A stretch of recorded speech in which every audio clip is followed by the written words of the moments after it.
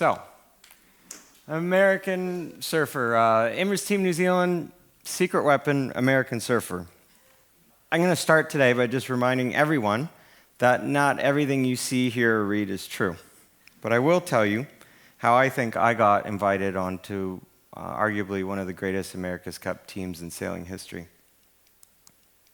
I grew up in rural Wisconsin on a farm where I spent most of my free time building boats, airplanes, and rockets in the basement of an old dairy barn. This is actually that barn. These structures survive even to this day in some cases, and they were truly the monuments to my fantasies. Moving forward to 2012, I was starting yet another job. This time it was going to be graphic design, and this is an actual screenshot of my alarm.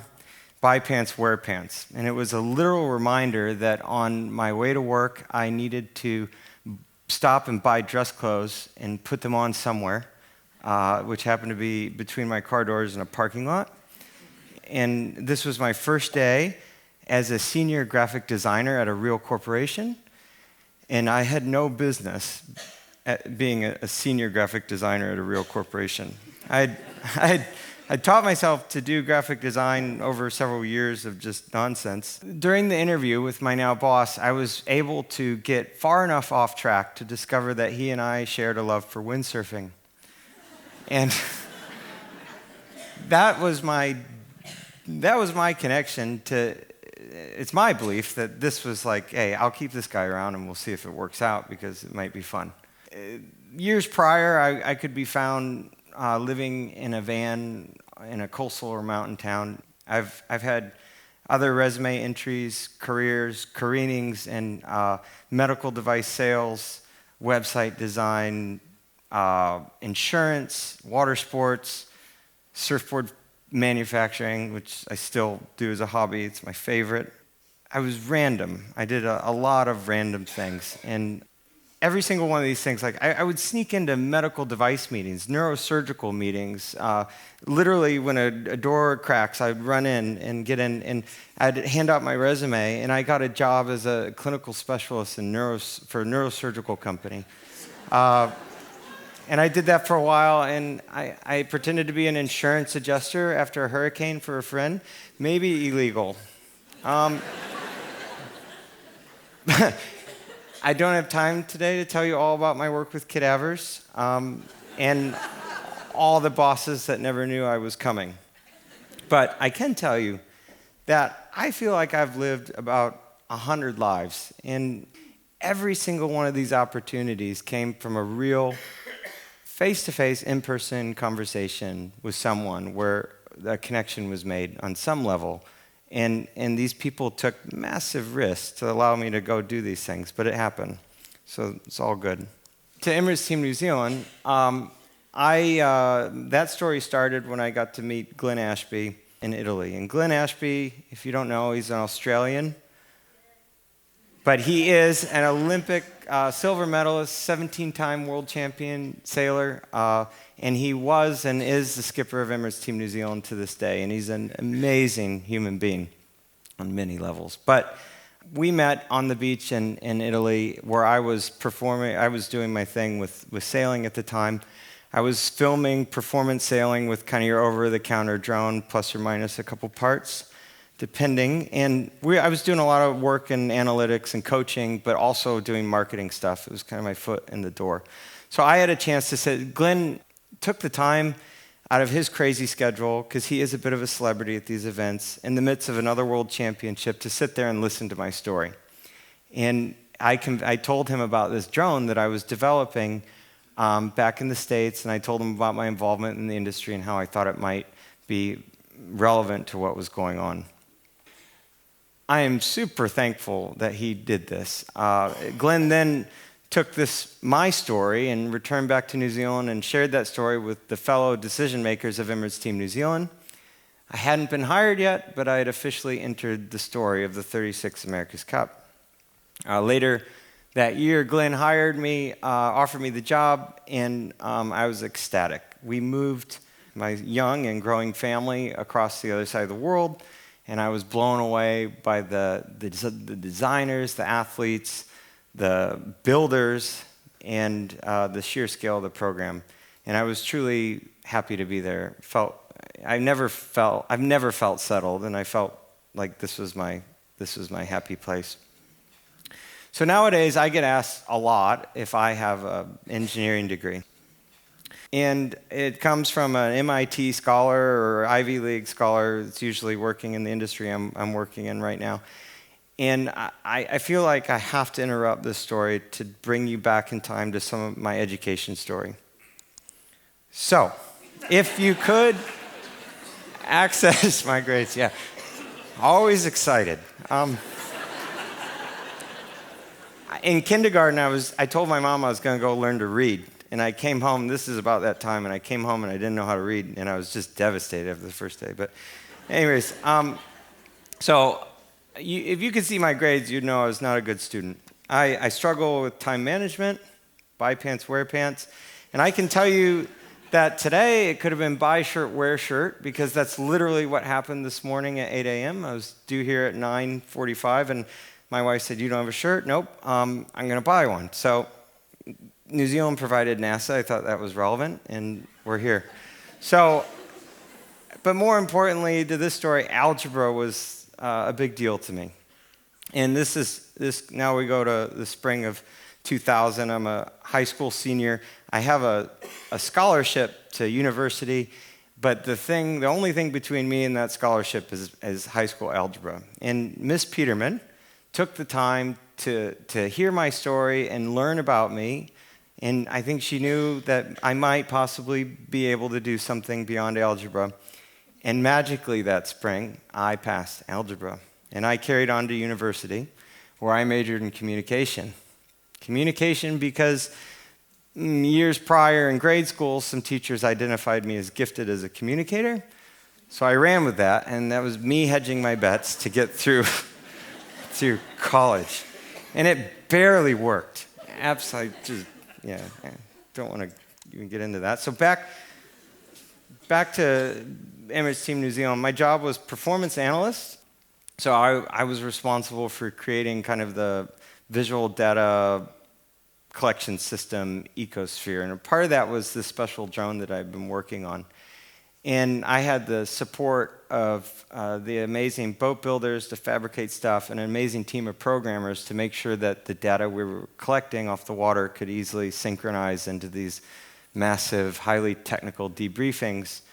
And so I didn't do that alone by any means. But when we got the first boats on the water, we started testing, and immediately the drone program was supposed to be this every once in a while thing, and it became an all-the-time thing, because drones offer an amazing perspective, and the quality of the footage you get off a drone rivals pretty much anything in this type of environment at these speeds out in the ocean, bouncing around in a boat. It was very intense, one of the more intense experiences of my life, trying to keep up with the team's moves and launch and land these things on moving boats. I actually bear some scars from that. But the design that I've been working on was outperforming my wildest expectations. I thought, with my limited capacity and skill set, that I would find a company that had received enough money to have a solid foundation, and a drone company basically that had something to start with. And I thought, I'll give the design away to them in hopes that it will actually do something. Because for the first time in my life, I thought, back to my fantasies, right? I thought maybe I'm actually pioneering in aviation, be it little drones, but whatever. This could be cool. So I researched and I called these companies and I relayed my story to them. I said, listen, this is the story of this design and why it's great. And amazingly, one by one, they told me, the CEOs and engineers basically said, this is irrelevant and we've got it handled. And this was pretty disheartening and kind of confusing. After the cup, I returned home, and family members convinced my wife and I to patent everything we could regarding this design. After that, I again went on the road telling my story and met the same skepticism. To this point, we've been quite secretive, actually, about the concept. after getting our patents in order and kind of the legality stuff filed so that we have this kind of protection in place, then I was able to capture the imagination of a longtime friend and now investor, Charlie Modica. We've now merged with a decent-sized government contractor, and we use these for emergency response, and we're parlaying this technology into that field of emergency response and first responders. We all know how the 36 America's Cup ended, right?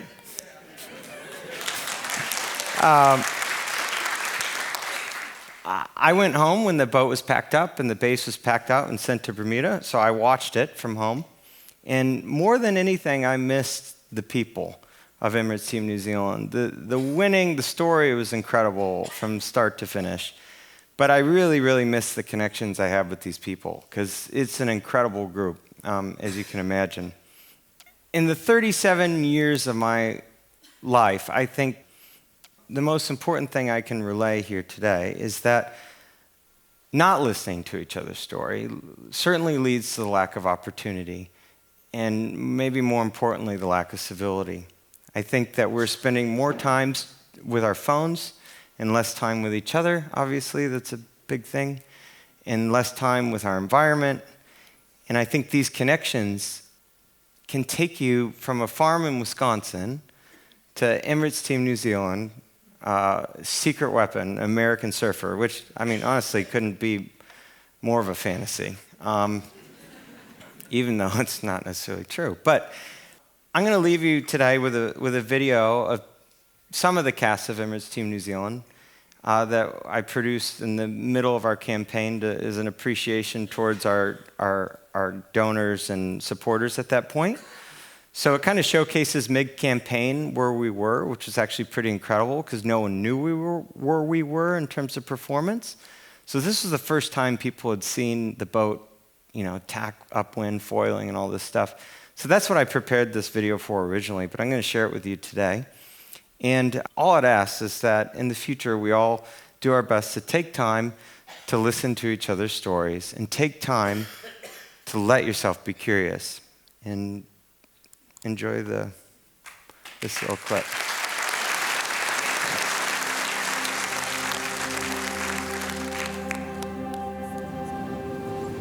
I wonder what you would do if you had the power to dream at night any dream you wanted to dream.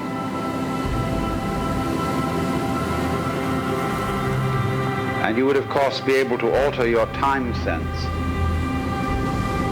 You would, I suppose, start out by fulfilling all your wishes.